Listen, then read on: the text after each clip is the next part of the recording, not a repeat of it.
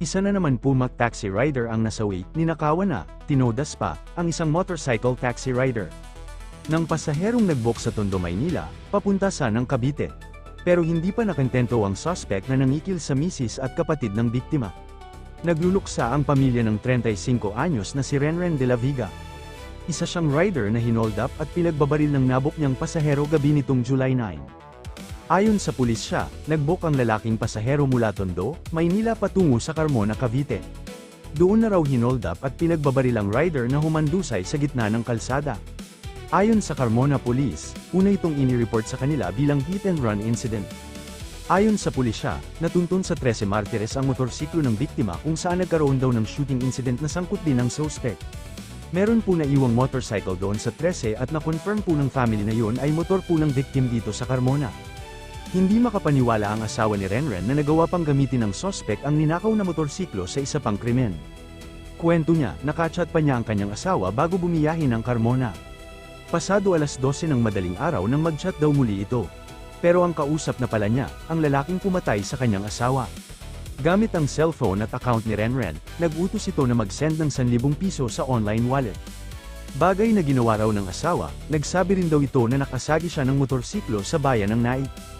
Nang ulit pa raw sa paghingi ng pera, doon na raw naghinala ang asawa.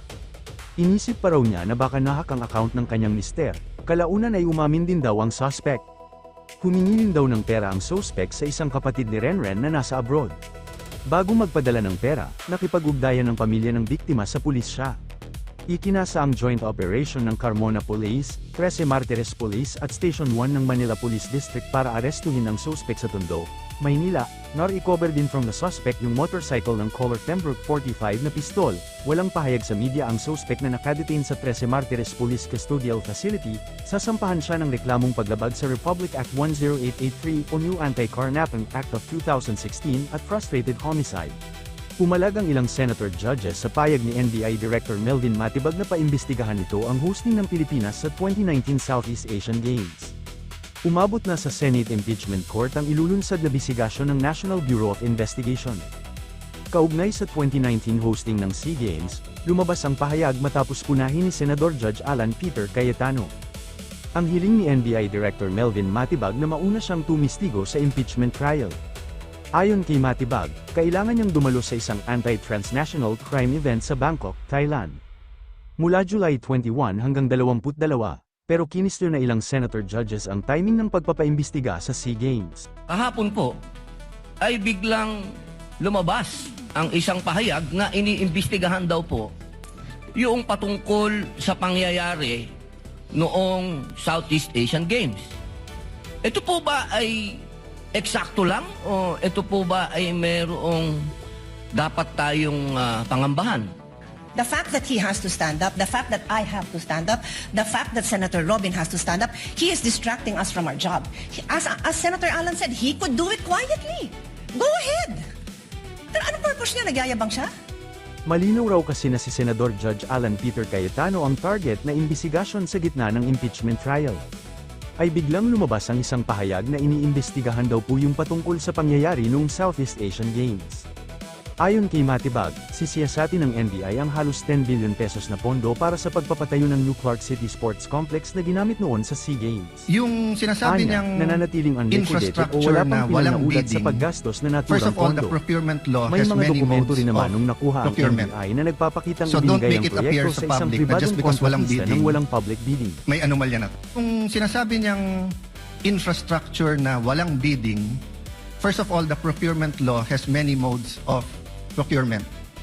So don't make it appear sa public na just because walang bidding, may anomalya. Iniid pa ni Cayetano, wala siyang kinalaman sa mga infrastructure project ng SEA Games.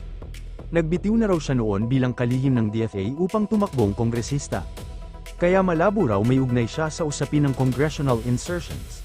Hindi rin naman na siya miyembro ng kongreso nung panahong yun. Doon sa sinasabi niyang infrastructure, it was done by the BCDA. The chairman of the BCDA is one of the closest advisors of the president now. The president of the BCDA is one of the closest advisors and is a secretary now. Hindi ito ang unang pagkakataon na nagkaroon ng sagutan si Cayetano at Matibag. Noong Mayo, nagkainitan sila matapos tangkaing ipatupad ng NBI ang ICCRS order laban kay Senador Ronald Bato de la Rosa sa loob mismo ng Senate plenary. Noong buwan ding yun, ay nangyari rin ang Senate siege kung saan idinuwit ng ilang senador ang NBI. Para sa minority senators, tila unti-unting nababawasan ang kanilang hanay. Habang nagpapatuloy ang impeachment proceedings, 3 na ang nabawas ngayon sa Senate Minority Bloc, nakakulong na si Senador Jinggoy Estrada at Rodante Marcoleta habang hindi pa rin mahagilap si Senador De La Rosa kaugnay ng ICC warrant.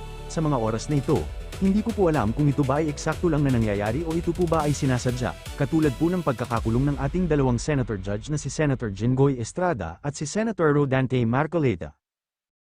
Po alam kung ito ba ay eksakto lang na nangyayari o ito po ba ay sinasadya.